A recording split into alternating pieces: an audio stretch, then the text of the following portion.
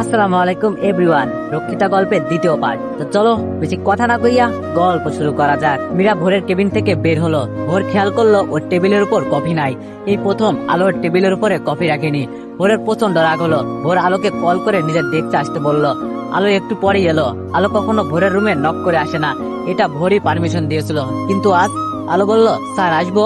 ভোর একটু অবাকই হলো, পারমিশন চাচ্ছে এটা ভেবে। ভোর বললাম, আসুন। আলো বলল, স্যার কোনো কিছু দরকার? ভোর রাগি মুডে বলল, আমার কফি। আলো বলল, ও সরি স্যার, আমি ভুলে গিয়েছিলাম।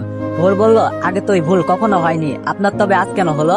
আলো বলল, আগে তো অনেক কিছুই হয়নি, কিন্তু এখন হয়েছে। ভোর বলল, কি বললেন? আলো বলল, না আমি কফি দিচ্ছি। আলো কফি বানাতে চলে গেল। কিছুক্ষণ পর কফি নিয়ে এসে ভোরকে দিল। ভোর কফিতে মুখ দিতেই সাথে সাথে কফির মগটা আলোর দিকে এগিয়ে দিয়ে বলল, টেস্ট ইট। আলো কফির মগটা নিয়ে চুমুক দিল আর সাথে সাথে বলল, এক কীর্তিটা। ভোর রাগি মুডে বলল, কফি খাওয়ার মুডটাই নষ্ট হয়ে গেল। আলো বলল, সরি।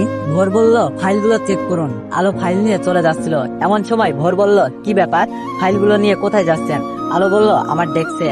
ভোর বলল, এর আগে তো কোনোদিন আপনার ডেস্কে বসে ফাইল চেক করেননি, তবে আজ কেন, কি হয়েছে আপনার? আলো একটু আস্তে করে বলল, এর আগে তো কোনোদিন আপনাকে দেখে এমন চাপা কষ্টের অনুভূতি কখনো হয়নি। ভোর বলল, বলুন কি হয়েছে আপনার? আলো বলল, কিছু না।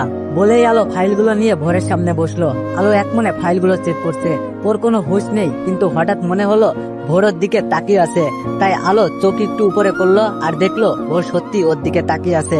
একটু লজ্জা পেলো আলো। ভোর নিজের ফাইলের দিকে তাকিয়ে বলছে, আপনার ওড়নাটা পড়ে যাচ্ছে। আলো চোখ বড় বড় করে নিজের দিকে খেয়াল করলো। সত্যি ওড়নাটা পড়ে যাচ্ছে ঘাড় থেকে। তাড়াতাড়ি ওড়না ঠিক করে মনে মনে বলল, অসভ্য। ভোর নিচের দিকে তাকিয়ে বলল, আজ আপনাকে পিঙ্কে খারাপ লাগছে না? এবার আলোর একটু বেশি লজ্জা লাগলো, তাই আর মাথা উঁচু করতে পারলো না। আলো ভাবছে, কি হয়েছে ওনার? আগে তো কোনোদিন আমার কথা এভাবে বলেনি। অবশ্য আগে তো কখনো উনি আমাকে বিয়েও করেনি। ওরা সব ফাইল চেক করতে করতে দুপুর বাজিয়ে দিল। এবার যখন আলো উঠতে গেল তখন ভোর বলল, কোথায় যাচ্ছেন? File complete? আলো বলল, না, দুটা আছে। রতন ভাইয়া আসছে আপনার লাঞ্চ নিয়ে, লাঞ্চের পর চেক করব। ভোর বলল, ও। আলো বলল, আপনি ফ্রেশ হয়ে আসুন, আমি লাঞ্চ রেডি করছি। আলো বাইরে চলে এলো লাঞ্চটা নেওয়ার জন্য। লাঞ্চ নিয়ে রেডি করলো। ভোরও এলো ফ্রেশ হয়ে। সবসময় ভোরের লাঞ্চ শেষ হয় তারপর আলো লাঞ্চ করতে যায়। আজও তার ব্যতিক্রম কিছু হলো না।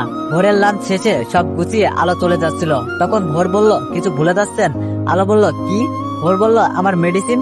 আলো বলল, ও সরি, একটু দাঁড়ান, আনছি। আলো ভোরের মেডিসিন নিয়ে চলে এলো নিজের ডেস্কে আর বলছে, কি হয়েছে আমার, এত কেন ভুলে যাচ্ছি? আলো আজ ঠিক মতো লাঞ্চও করলো না, খেতে একদমই ইচ্ছা করছে না। তাই বসে না থেকে হাত ধুয়ে ভোরের কেবিনে গেল ফাইল দুটো চেক করতে। আবারও পারমিশন নিল ভোরের কেবিনে আসার জন্য। আলো ফাইলগুলো চেক করে সব ফাইল নিয়ে যাচ্ছিল। তখন ভোর বলল, ওয়েট, ফাইলগুলো দিন তো একবার। আলো বলল, কেন? ভোর বলল, আজ আপনি অনেক কিছু ভুলে যাচ্ছেন, গরমিল করছেন, তাই আমি একবার দেখে দিচ্ছি, যদি কোনো ভুল থাকে। যদিও এর আগে কখনো আমার চেক করতে হয়নি, কিন্তু আজ আর ভরসা করতে পারছি না। আলো মনে মনে বলল, বেয়াদব কৌশলে অপমান করে। ভোর ফাইলগুলো চেক করে দেখে ঠিক আছে, তারপর আলোকে দিয়ে দিল। আলো ফাইলগুলো নিয়ে বের হয়ে আসলো। অফিসে এসে আলো নিজের ব্যাগ চেক করে, তারপর ভোরের কেবিনে যায় দেখতে কোনো কিছু ভোর রেখে গেল কিনা। ভোর আজও ওর ওয়ালেটটা ফেলে চলে গেছে। আলো তাড়াহুড়ো করে নিচে যাচ্ছে ভোরকে ওয়ালেটটা দেওয়ার জন্য। আলো লিফট থেকে বের হয়ে দৌড়ে যাচ্ছিল, কিন্তু কিছু দূর গিয়ে থেমে গেল, কারণ মীরা ভোরের সাথে কথা বলছে। ভোরের একদম গা ঘেঁষে। এর আগেও আলো এসব দেখেছে, কিন্তু কখনো কোনো খারাপ লাগা কাজ করেনি। কিন্তু আজ বুকের ভেতরটা ধুপ করে উঠলো আর সামনে এগিয়ে যেতে পারছে না।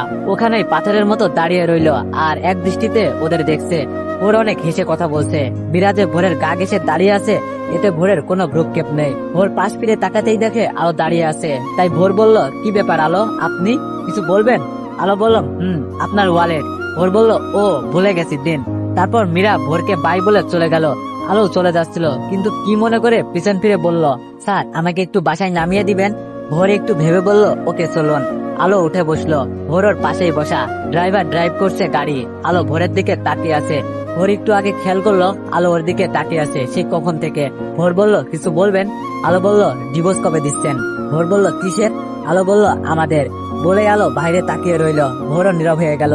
এভাবেই অনেকক্ষণ ছিল দুজন নীরব। নীরবতা ভেঙে আলো বাইরের দৃষ্টিতে তাকিয়ে বলল, বললেন না এখনো? ভোর আলোর দিকে তাকিয়ে বলল, খুব শীঘ্রই। আলো বলল, তাহলে সবটাই কি দয়া ছিল? ভোর বলল, এটা একটা ঘোর দুঃস্বপ্ন ছিল, আমি এ থেকে পরিত্রাণ পেতে চাই। আলো বলল, আমার সর্বস্ব নিয়ে আপনার দুঃস্বপ্ন হয়, দিয়ে দিব পরিত্রাণ। আর কোনো কথা হয় না, আলোকের বাড়িতে নামিয়ে দিয়ে ভোর চলে যায়।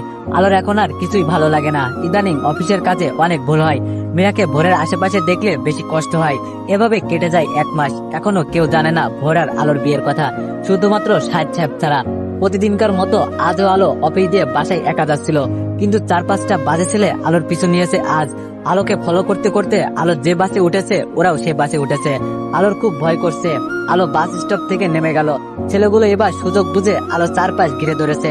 আলো প্রচন্ড ভয়ে সেন্সলেস হয়ে পড়ে। আলোর চোখগুলো মৃদু খুলে দেখে ও একটা অন্ধকার রুমে, তবে জানালা দিয়ে হালকা আলো এসেছে। আলো ফিল করলো ও কোনো শক্ত কিছুর উপর শুয়ে আছে, তাই জানালা হালকা আলোতে দেখার চেষ্টা করলো কিসের উপরও শুয়ে আছে। আর ভালো করে দেখতেই দেখে আলো ভোরের বুকের উপর শুয়ে আছে। ভোর আসলো কোথা থেকে ভাবতেই মনে পড়লো গত রাতের ঘটনা। আলো যখন সেন্সলেস হয়ে পড়ে যায় তখন ছেলেগুলো ওকে কোলে তুলে নির্জন জায়গায় নিয়ে গেল। নিয়ে রাখার সাথে সাথে আলো সেন্স ফিরে।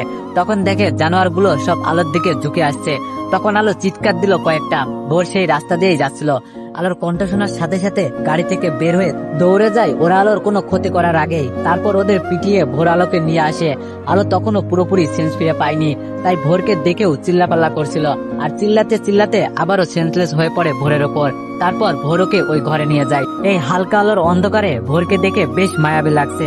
আলো কিছু না ভেবেই ভোরের ঠোঁটে নিজের ঠোঁট হালকা করে শুয়ে দিল। মেয়েটা বেশ লজ্জা পাচ্ছে। আলো ভোরের দিকে তাকিয়ে বলতে লাগলো, একবার যখন আপনার বুকে মাথা রেখেছি তবে এই বুকটা সারা জীবন আমারই করে নিব। কি করে নিব সে না হয় আগামী কাল থেকেই দেখবেন নতুন রূপে আর এক আলোকে। বলে আলো আবার ভোরের ঠোঁট ছুঁয়ে দিল। এরপর নিজেকে ঠিক করে ভোরকে না জাগিয়ে বাসায় চলে আসলো। আসার সময় আলো একটা চিরকুট লিখে পাশের টেবিলের উপর রেখে গেছে। ভোরের ঘুমটা ভেঙেছে, আড়ামোড়া কেটে উঠলো। জানালার পর্দা সরাতেই দেখে আলো নেই। ফোনটা নেওয়ার জন্য টেবিলে হাত বাড়াই, দেখে সেখানে একটা চিরকুটটা হাতে নিয়ে দেখে লেখা আছে, my sweet husband I love you, তোমার বউ আলো। ভোর চিরকুটটা পরে ভেবেচাকা খেয়ে যায়। পাগল ছাগল বলে এড়িয়ে যায় আলোর দেয়া শব্দগুলো। ভোর উঠে ফ্রেশ হয়ে বাড়ি চলে যায়। আজ শুক্রবার, অফিস বন্ধ। আলো বাড়ি গিয়ে বাবাকে সব বলে। আলোর বাবা একটু ভয় পায়, তবু আলোর মুখের হাসি দেখে ভয়টা দূর হয়ে গেল। আজ ভোর অফিসে আসছে, কিন্তু আলো এখনো আসেনি। ভোরের কেবিনে কিছুই ঠিক নাই আজ। ভোরের প্রচন্ড রাগ হয় আলোর উপর। রাগে গজগজ করতে করতে আলোর ডেস্কে যায়, গিয়ে দেখে ফাঁকা। তার মানে আলো এখনো আসেনি। এই প্রথম আলো লেট, তাই বেশি রাগ করে ওঠে ভোর। নিজের কেবিনে গিয়ে ঘুম মেরে বসে থাকে। 15 মিনিট পর আলো অফিসে আসে। সবাই আলোর দিকে হা করে তাকিয়ে আছে, কারণ আজ আলোকে খুব মিষ্টি লাগছে। হালকা গোলাপি অ্যাশ কালারের মিক্সড একটা শাড়ি পরেছে, কালো ব্লাউজ, 3/4 হাতা, ঠোঁটে হালকা লিপস্টিক, কানে একটা টপ, চুলে খোলা খোপা, হাতে 2টা চুড়ি। আলো সবার সাথে কুশল বিনিময় করে সোজা ভোরের কেবিনে গেল। আজ আর পারমিশন নেয়নি। ওর সামনে তাকাতেই দেখে আলোকে কিছু বলবে তার আগেই আলো সোজা এসে ভোরের কোলের উপরে উঠে বসলো। ওর কিছু বুঝে ওঠার আগেই আলো বলল, গুড মর্নিং ডিয়ার হাজবেন্ড, ওকে মিস করছিলেন? ভোর বলল, কি হচ্ছে এইসব? আপনি আমার কোলের উপরে বসছেন কেন? এত সাহস কই পান? আলো বলল, আপনি আমার সমস্ত শরীরের উপর উঠেছিলেন, আপনার কাছ থেকেই শিখেছি। দেখেন তো আমায় কেমন লাগছে? কোলের উপর থেকে উঠে দাঁড়িয়ে দেখাচ্ছে। ভোর বলল, গেট লস। আলোর রাগ উঠলো, তাই আবার গিয়ে ভোরের কোলে উঠে বসলো। ভোরের ঠোঁটে হাত দিয়ে বলতে লাগলো, no get loss, now get in. ভোর এবার রাগে ফায়ার। ভোর রাগে কিছু বলতে যাবে, তখনই আলো ভোরের নিজের ঠোঁট খুব শক্ত করে চেপে ধরলো। ভোর কিছুই করতে পারছিল না, কারণ এমন কিছু হবে ভোর বুঝতেই পারিনি কখনো। কিছুক্ষণ পর ছেড়ে দিয়ে আলো বলল, মর্নিং কিস এটা, আর সাহস দেখাতে আসবেন না। কি হয় আরো দেখতে থাকুন মেরি পিয়ারি বর। এই বলে আলো আসে নিজের ডেস্কে এসে হাফ ছেড়ে বাঁচলো মনে হয়। কত সাহস সঞ্চয় করে এসব করলো, এগুলো ভাবতে আলোর পশম দাঁড়িয়ে যাচ্ছে। আলো নিজেই নিজের সাথে বলছে, না আলো, ভয় পেলে চলবে না, তোকে আরো সাহসী হতে হবে। ওই রাক্ষসকে বশ করতে হবে, তোকে পারতেই হবে। তোর এই নরম চলাফেরা, নরম ব্যবহার, এগুলো সব সরিয়ে ফেলে সাহসী হতে হবে। কি পারবি না আলো? না, পারবো না। আজ যা করেছি এর শাস্তি কি হয় জানি না, হয়তো আমাকে মেরেই ফেলবে হাতের কাছে পেলে। নো আলো, নো, এইসব ভাবা যাবে না। রাক্ষসী হতে হবে, হাত পা কাঁপাকাঁপি সব অফ। সো মিশন স্টার্ট আলো, ব্রেভ গার্ল। নিজের কাঁধে সাহসী হওয়ার জন্য হাই ফাই দিচ্ছে। এর মধ্যে ভোর আলোর ডেস্কে এসে রাগী দুটো চোখ নিয়ে বলল, আমার ফাইলপত্র, কফি, এটা ওটা কিছুই টেবিলে নাই কেন? আলোর চোখ দুটো দেখে ভয় পেল, তবুও মনে সাহস নিয়ে বলল, কফি খেতে হবে। ভোর রাগী মুডে বলল, আপনি জানেন না এটা? আলো বলল, না মানে তখন যে লিপ কিস দিয়ে এলাম তাতে হয়নি, এরপরও কফি খেতে হবে? কিসটা খারাপ ছিল তাই না? আসুন একটু ভালো করে দিচ্ছি। ভোর নর্মাল ভাবে বলল, আমার কেবিনে আসুন। বলেই ভোর চলে গেল। আর আলো ভাবছে রাগ না করে এটা বলল কেন, যাই দেখি।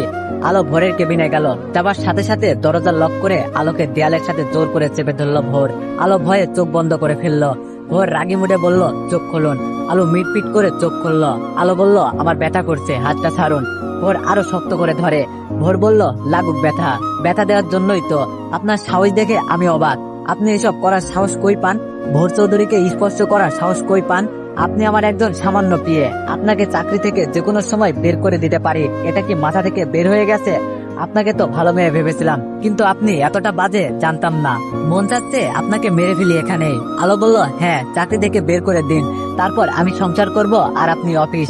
পারফেক্ট বর বউ। আপনাকেও ভালো ভেবেছিলাম, কিন্তু আপনি তো একটা অবিবাহিত মেয়ের ইজ্জত হরণকারী। আর মারতে হবে না, আপনার ওই চোখ মুখ ফোটে আমি মরেই গেছি।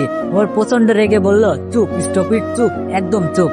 বলে আলোর হাত দুটো আরো শক্ত করে চেপে ধরলো। আর চোখ দুটো রাগে টকবক করছে। ভোরের রাগের ফসফস নিঃশ্বাস আলোর মুখের উপর আসছে পড়ছে। আলো মনে মনে খুব ভয় পাচ্ছে, তবুও নিজেকে শক্ত করার চেষ্টা করছে। হাতেও অনেক ব্যথা পাচ্ছে, তবুও সাহস নিয়ে ভোরের দিকে তাকালো। ভোর ওকে অনেক কথা বলে যাচ্ছে, আলো সেদিকে ভ্রুক্ষেপ নেই। আলো ভোরের ঠোঁটটাই দেখছে, আর কেমন একটা নেশা কাজ করছে আলোর। ভোরের মুখটা ওর মুখের কাছে আসতেই লাগলো, তাই আলো নিজের মাথাটা একটু উঁচু করে ভোরের ঠোঁটে কিস করে দিল। ভোরও সাথে সাথে আলোকে ছেড়ে দূরে সরে যাচ্ছিল। আলো ভোরের কলার খপ করে ধরে নিজের ঠোঁটটা ডুবিয়ে দিল। ভোরকে আলো আবারও এভাবে ধরবে ভোর একটু বুঝতে পারেনি, তালও সামলাতে পারেনি। আলোর একাদে ভোরের এবার রাগ অতিমাত্রায় বেড়ে গেল, তাই নিজেকে ছাড়িয়ে আলোর গালে কষে একটা থাপ্পড় দিল। আলো গিয়ে নিচে পড়লো। আবার ভোর আলোকে টেনে তুলে আবার গালে কষে একটা থাপ্পড় দিল। আলো আবারও নিচে পড়ে গেল। এবার আলোকে টেনে আবার দেয়ালের সাথে চেপে ধরলো, তবে এবার হাত না, গলা চেপে ধরেছে ভোর আলোর। ভোর বলল, তোর মতো ফালতু মেয়েকে এখানেই মেরে ফেলবো আজ, মেরে ফেলে পুঁতে রাখবো মাটিতে। আলো কিছু বলতে পারছে না, শুধু কাঁদছে আর কাঁদছে। ভোরের হাত গলা থেকে সরানোর চেষ্টা করছে, কিন্তু পারছে না।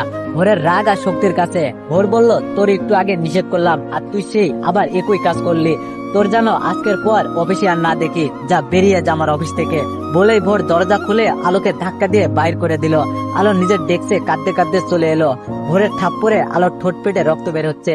খুব কাঁদছে আলো, খুব। আর ওইদিকে ভোর নিজের রাগকে কন্ট্রোল করতে না পেরে দেয়ালে হাত দিয়ে পাঁচ দিচ্ছে। ভোরের যে হাতটা ফেটে রক্ত বের হচ্ছে সেই দিকে খেয়াল নেই, পাঁচ দিয়েই যাচ্ছে। এইদিকে আলো চোখের পানি মুছে নিজেকে ঠিক করে ব্যাগটা নিয়ে চলে গেল। একটু পর মীরা ভোরের কেবিনে ঢুকে দেখে ভোরের কাণ্ড। দৌড়ে মীরা ভোরের হাত ধরে বলল, কি হয়েছে ভোর তোমার? তুমি কি করছো? তোমার হাত দিয়ে কত রক্ত পড়ছে দেখো।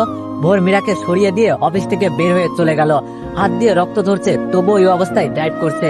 নিজেকে কন্ট্রোল করতে পারছে না ভোর। হঠাৎ ব্রেক কষলো ভোর, কারণ সামনে ভিড় জমেছে।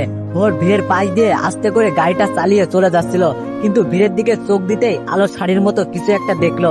সাথে সাথে গাড়ি দাঁড় করিয়ে নেমে পড়লো। ভিড় ঠেলে ভিতরে ঢুকে দেখে আলো সেন্সলেস হয়ে পড়ে আছে। ভোর কিছু না ভেবে তাড়াতাড়ি আলোকে করে তুলে নিল।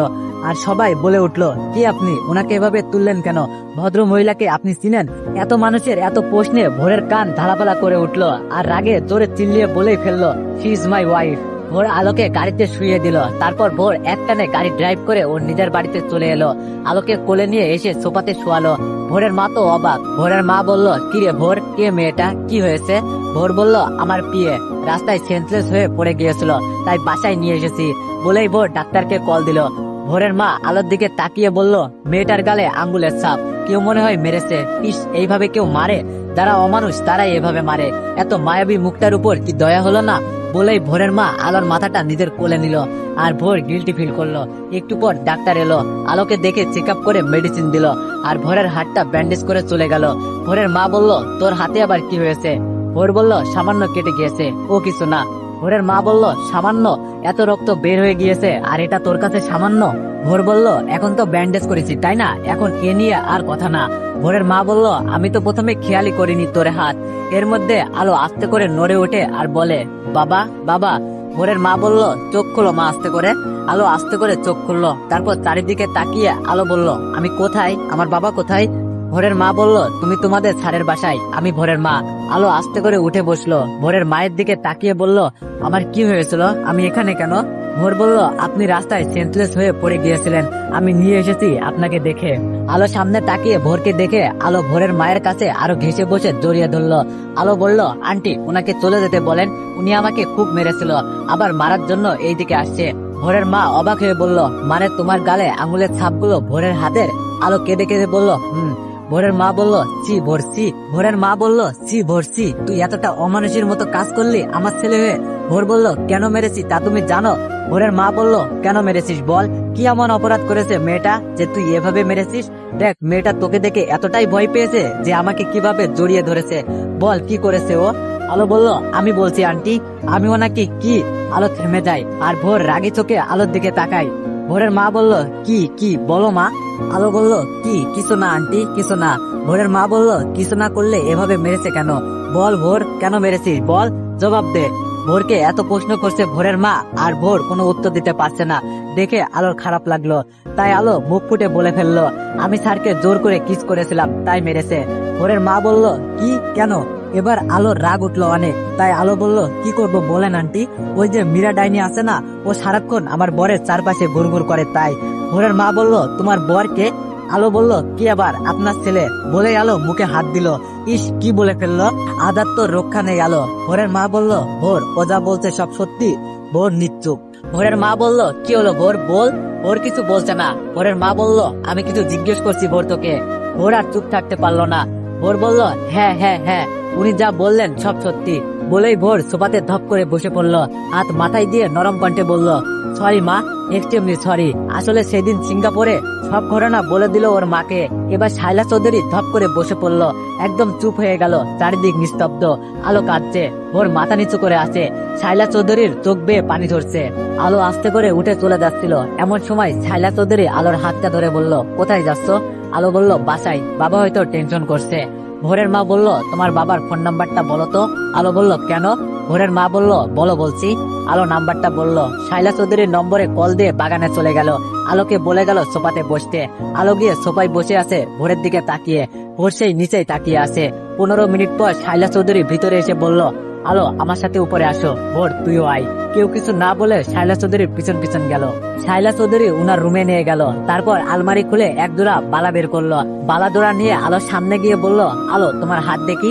আলো বলল, কেন? ভোরের মা বলল, এত কেন কেন কেন করো, যাও বলছি। আলো হাত জোড়া সামনে এগিয়ে দিল আর শাইলা চৌধুরী বালা জোড়া আলোকে পরিয়ে দিল। ভোরের মা বলল, আজ থেকে তুমি চৌধুরী পরিবারের একমাত্র পুত্রবধূ। আমি তোমাকে আমার পুত্রবধূ হিসাবে স্বীকার করলাম। ভোর বলল, মা তুমি এগুলো কি করছো? আমি ওনাকে ডিভোর্স দিয়ে দিব। বলেই ভোর আলোর হাত থেকে বালা জোড়া খুলতে গেল আর সাথে সাথে শাইলা চৌধুরী ভোরের গালে চর বসিয়ে দিল। ভোর গালে হাত দিয়ে বলল, মা তুমি আমাকে মারলে? ভোরের মা বলল, হ্যাঁ মেরেছি। আমার সিদ্ধান্তের উপর তুই কোন সাহসে কথা বলিস? তোর ভুলের মাসুল এটা। আলো এই বাড়ির বউ আজ থেকে, এটা তুই মেনে নে। ভোর আর ওখানে দাঁড়ালো না, বের হয়ে গেল ওখান থেকে। আলো নিচের দিকে তাকিয়ে দাঁড়িয়ে কাঁদছে।